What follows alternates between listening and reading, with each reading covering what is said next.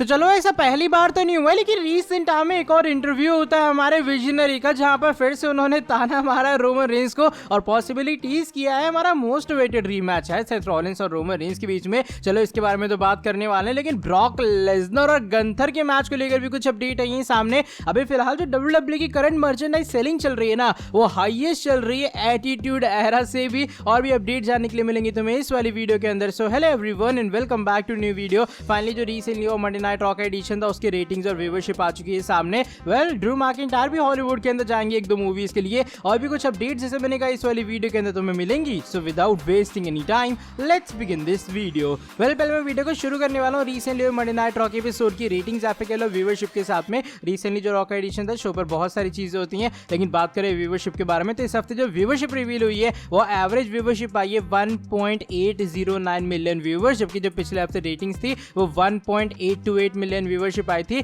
अच्छा, घंटों के अंदर इसे ब्रेक डाउन करेंगे, इस पहले घंटे में आई है 1.85, दूसरे घंटे में आई है 1.87, तीसरे घंटे में फॉल आउट होकर गई है 1.710 के अराउंड में। तो ये कुछ व्यूअरशिप आई है रिसेंटली मंडे नाइट रॉ के एडिशन की, जो कि मुझे लग रहा है एक अच्छी खासी, मतलब रॉ के हिसाब से तो एटलीस्ट सही व्यूअरशिप है, और स्मैकडाउन थोड़ी जो 3 मिलियन पहुंच जाएगा। अच्छा, जो इसके बाद वाली अपडेट है वो इस बार हमारे farmer WWE champion the Scottish warrior Drew McIntyre के बारे में जुड़ी है, बिकॉज रिसेंट टाइम में ये बात हो चुकी है रिवील पीडब्ल्यू इनसाइडर की तरफ से कि जो ड्रू मैकिंटायर है वो भी आने वाली एक मूवी के अंदर हमें हॉलीवुड के अंदर दिखाई देंगे, और इवन उनके साथ में जो को स्टार्स होने वाले उनके साथ में डेव बटिस्टा जो कि फॉर्मर डब्ल्यूडब्ल्यूई सुपरस्टार है, आइस क्यूबा हो गई, ये सभी भी उस मूवी के अंदर कोई ना कोई रोल प्ले करते हुए नजर आएंगे। जो मूवी का नेम है वो है द किलर गेम। यहाँ पर पीडब्ल्यू इनसाइडर ने बात कंफर्म किया कि जो हमारे मैकिंटायर है वो आपको मूवी में एक्शन में दिखाई देंगे, और उसका जो कास्ट के अंदर मैकिंटायर का नेम ऑलरेडी कंफर्म हो चुका है। तो मैसिव कांग्रेचुलेशंस हमारे स्कॉटिश वॉरियर को और इनकी अपकमिंग हॉलीवुड मूवी के लिए। अच्छा, बात करते हैं एक बहुत इंटरेस्टिंग चीज के बारे में, because recently Monday night raw के अंदर एक रियल हीट या फिर एक रियल ब्रॉल के बारे में जुड़ी है। वैसे ऐसा ब्रॉल भी नहीं था, लेकिन बताया जा रहा है शो के ऑफ एयर जाने के बाद, मंडे नाइट रॉ के खत्म होने के बाद बैक स्टेज के ऊपर एक्चुअल में एक रियल हीटेड आर्ग्यूमेंट हुआ था, और ये आर्ग्यूमेंट हुआ था जजमेंट डे और बाकी जो मेन इवेंट वाले प्लेयर्स थे उनके बीच में, जहां पर सेथ रॉलिंस भी थे, केविन ओवेंस, सैमी ज़ेन भी। देखो, बताया जा रहा है कि बात इतनी भी नहीं बढ़ गई थी कि लोग हाथापाई पे उतर आए, ये दोनों एक दूसरे को मारने वारने लग जाए, लेकिन हाँ, यहाँ पर आर्ग्यूमेंट्स बेसिकली जजमेंट डे और बाकी इन 6 के 6 बंदों के बीच में इसलिए हो रहे थे बिकॉज बताया जा रहा था कि मैच के अंदर ऐसे काफी सारे स्पॉट्स थे जो कि अनप्लान थे, और काफी सारे स्पॉट सही से एग्जीक्यूट ही नहीं हुए थे। सो दैट्स व्हाई ये लोग थोड़ा नाराज थे एक दूसरे से कि भैया तूने अच्छा नहीं परफॉर्म किया, तूने अच्छा परफॉर्म नहीं किया, और अल्टीमेटली थोड़ी बहुत बहस टाइप सी हुई थी नजर बैक स्टेज वगैरह के ऊपर हुई थी। अभी फिलहाल पर्टिकुलर बंदे का नेम तो सामने नहीं है, बिकॉज डब्ल्यूडब्ल्यूई नहीं चाहती उस बंदे का नेम रिवील हो, और इंटरनेट वही एकदम क्रेजी हो जा रही है, क्या हो गया, रियल फाइट ये वो। सो दैट्स व्हाई यहाँ पर एक जो नेम है वो डिस्क्लोज बिल्कुल भी नहीं किया जा रहा है कि किस बंदे के बीच में एक्चुअल में बातचीत हुई थी या फिर किस बंदे के बीच में एक्चुअल में बहस हुई थी। लेकिन अच्छी बात है बहस में तुरंत जो मामला निपट गया था, और ऐसे जहाँ कुछ भसड़ टाइप नहीं मची थी। देखो, Sami Zayn, Seth Rollins, Kevin Owens और हमारे क्या नाम है फिन बैलर पूरे जजमेंट डे था, तो हो सकता है यार थोड़ी बहुत नोक झोंक हो जाती है, लेकिन ऐसे कोई टेंशन वाली बात बिल्कुल भी नहीं है। चलो बढ़ते हैं इसके बाद वाली अपडेट की तरफ। डब्ल्यूडब्ल्यूई की मर्चेंडाइज सेलिंग के बारे में जुड़ी है। अब जैसे मैंने कहा कि डब्ल्यूडब्ल्यूई की व्यूअरशिप जरूर डाउन जा रही है, लेकिन जो मर्चेंडाइज बिक रही है ना भाई कंपनी की, वो लगातार आसमान छूती हुई नजर आ रही है। होता क्या है, रिसेंट टाइम के अंदर कुछ स्टैट्स या फिर कह लो ये कुछ डेटा रिवील हुआ है जो कि ये बात रिवील करता है कि डब्ल्यूडब्ल्यूई का जो इस साल का भी फिलहाल का मर्चेंडाइज सेलिंग है या फिर जो रिसेंट टाइम का मर्चेंडाइज सेलिंग है ना, वो अभी तक का डब्ल्यूडब्ल्यूई का सबसे ज्यादा मर्च सेलिंग है। इवन ये सरपास कर चुका है एटीट्यूड एरा को भी। एटीट्यूड एरा वो एरा बताया जाता है जो कि आप कहते हैं एकदम टॉप टीवी पीक होता था, वहां पता नहीं क्या 8 9 10 5 6 मिलियन व्यूअरशिप आती थी। तो इवन उस एरा के अंदर भी अभी फिलहाल जो डब्ल्यूडब्ल्यूई है ज्यादा मर्चेंडाइज सेल करी, जो कि मुझे लग रहा है सुनने में हल्का सा वियर्ड लग रहा होगा, लेकिन जो है भाई वो यही है कि डब्ल्यूडब्ल्यूई की मर्च सेलिंग अभी तक की हिस्ट्री के अंदर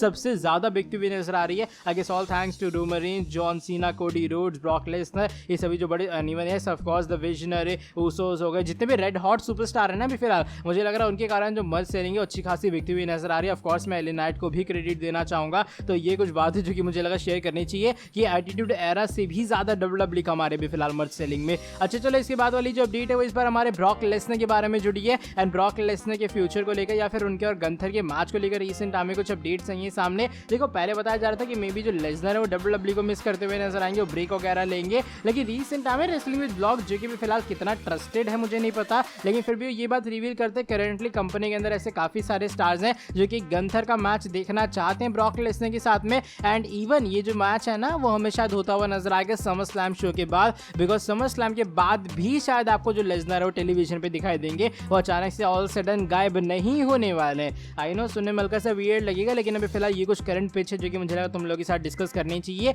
अब मैं ये नहीं कह रहा कि समरस्लैम खत्म हो अगले दिन ब्रॉक गंथर अरे मारधाड़ चालू हो गई, ऐसा बिल्कुल भी नहीं होगा। लेकिन हाँ, बताया जा रहा है कि लेसनर समरस्लैम के बाद भी अचानक से विलुप्त या गायब नहीं हो जाएंगे, और अभी फिलहाल स्टिल ऑन द टेबल है गंथर वर्सेस ब्रॉक लेसनर का मैच। अब चलो बढ़ते हैं आज की हमारी नेक्स्ट एंड फाइनल स्टोरी की तरफ। इस बार tribal chief Roman Reigns and हमारे world heavyweight champion the visionary Seth Rollins के बारे में जुड़ी है, बिकॉज रीसेंट टाइम एक बार फिर से अपने एक इंटरव्यू के अंदर सेथ रॉलिंस ने ताना मारा है। वो आउट ऑफ द कैरेक्टर का जो पूरा पॉडकास्ट आप रियान सैटिन का उसके ऊपर आते हुए नजर आए, जो कि WWE ऑन फॉक्स की तरफ से। और सेथ रॉलिंस जब बात करते हैं उनकी चैंपियनशिप रेन के बारे में और उनके और रोमन रेंस के डिफरेंस के बारे में, वो कहते हैं देखो अभी फिलहाल मुझे नहीं पता रोमन का क्या शेड्यूल है, रोमन किस तरीके से काम कर रहा है, वो अलग चीजें हैं, लेकिन मेरे हिसाब से अगर रोमन अपना काम सही से कर रहा होता ना, अभी फिलहाल कंपनी के अंदर एक सेकेंडरी चैंपियनशिप की रिक्वायर्ड नहीं होती है। देखो अभी फिलहाल ये सेकेंडरी चैंपियनशिप जो कि मेरे पास वर्ल्ड हेवीवेट चैंपियनशिप है, इसके रिक्वायर्ड कब बनी, जब रोमन रेंस अपने शेड्यूल के हिसाब से इधर उधर आ नहीं रहा था, रोमन रेंस WWE के अंदर सही से कंपीट कर नहीं रहा था, चैंपियनशिप डिफेंस हो नहीं रहा था। सो दैट्स व्हाई लगा ना नीड थी कि भाई एक सेकेंडरी चैंपियनशिप होनी चाहिए,